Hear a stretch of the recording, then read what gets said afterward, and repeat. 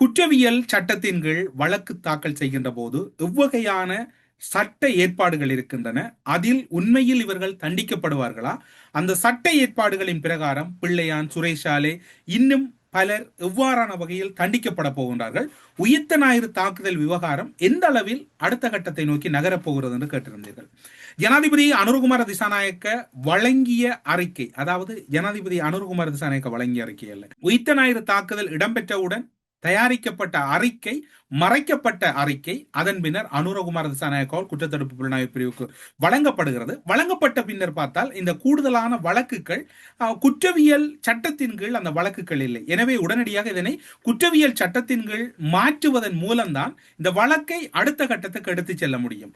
பிள்ளையான், சுரேஷாலே மற்றும் பலரை எவ்வாறு இந்த சட்டத்தின் சட்ட ஏற்பாடுகளுக்குள்ளால் கடந்து செல்வது அல்லது அவர்களை இந்த சட்டத்துக்குள் எவ்வாறு உள்வாங்கிக் கொள்வது என்பது தொடர்பிலான ஒரு நகர்வுதான் இப்போது ஆரம்பிக்கப்பட்டிருப்பதாக ஆனந்த விஜயபால கூறுகின்றார். 37,500 பக்கங்கள் ஆய்வுக்குட்படுத்தப்பட்ட அறிக்கையின் பிரகாரம் அதில் உள்ள சில குற்றச்சாட்டுகளுக்கு சாதாரண வழக்கு அல்லது சிவில் வழக்கு, சாதாரண வழக்கின் கீழ் இவர்களை கையாளுவது என்பது உண்மையில் அசாத்தியமானது, நடைமுறை சாத்தியமற்றது. அவர்கள் தப்பிப்பதற்கான வழிகளை அதிக அளவில் ஏற்படுத்திவிடும். அதில் உள்ள சில குற்றங்கள் அல்லது அதில் உள்ள மிக முக்கியமான குற்றங்களுக்கு குற்றவியல் சட்டத்தில் வழக்கு தாக்கல் செய்ய வேண்டியுள்ளது. அது தொடர்பில் சட்டம் அதிப திணைக்களத்துடன் ஆலோசனையை பெற்றிருக்கிறோம். இணைந்து பணியாற்றுவதற்கு முயற்சி செய்திருக்கிறோம். இணைந்து பணியாற்றுவதற்கு முயற்சி செய்யவில்லை, மாறாக இணைந்து பணியாற்றுகின்ற வேலை திட்டம் ஆரம்பிக்கப்பட்டு விட்டன.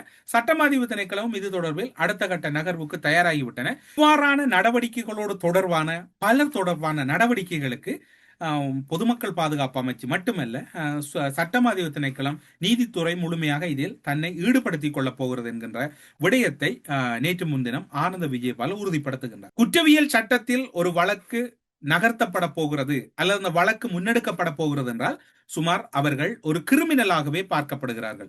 குற்றவியல் சட்டத்தில் வழக்கு தாக்கல் செய்ய உள்ள நிலையில் அதற்கு முன்னர் சட்டமாதிபரின் ஆலோசனையை பெறுவது என்பது அல்லது சட்டமாதிபரின் ஆலோசனையை பெற்று வழக்கை முன்னகர்த்துவது என்பது சட்டத்தின் ஏற்பாடாகவே இருக்கின்றது. இது சட்ட ஏற்பாடு என்று சொன்னால் இலங்கையில் இப்போது இடம்பெறுகிற விசாரணையா இருக்கலாம் அல்லது கைதுகளாக இருக்கலாம், அனைத்தும் சட்டத்தின்படிதான் இடம்பெறுகிறது.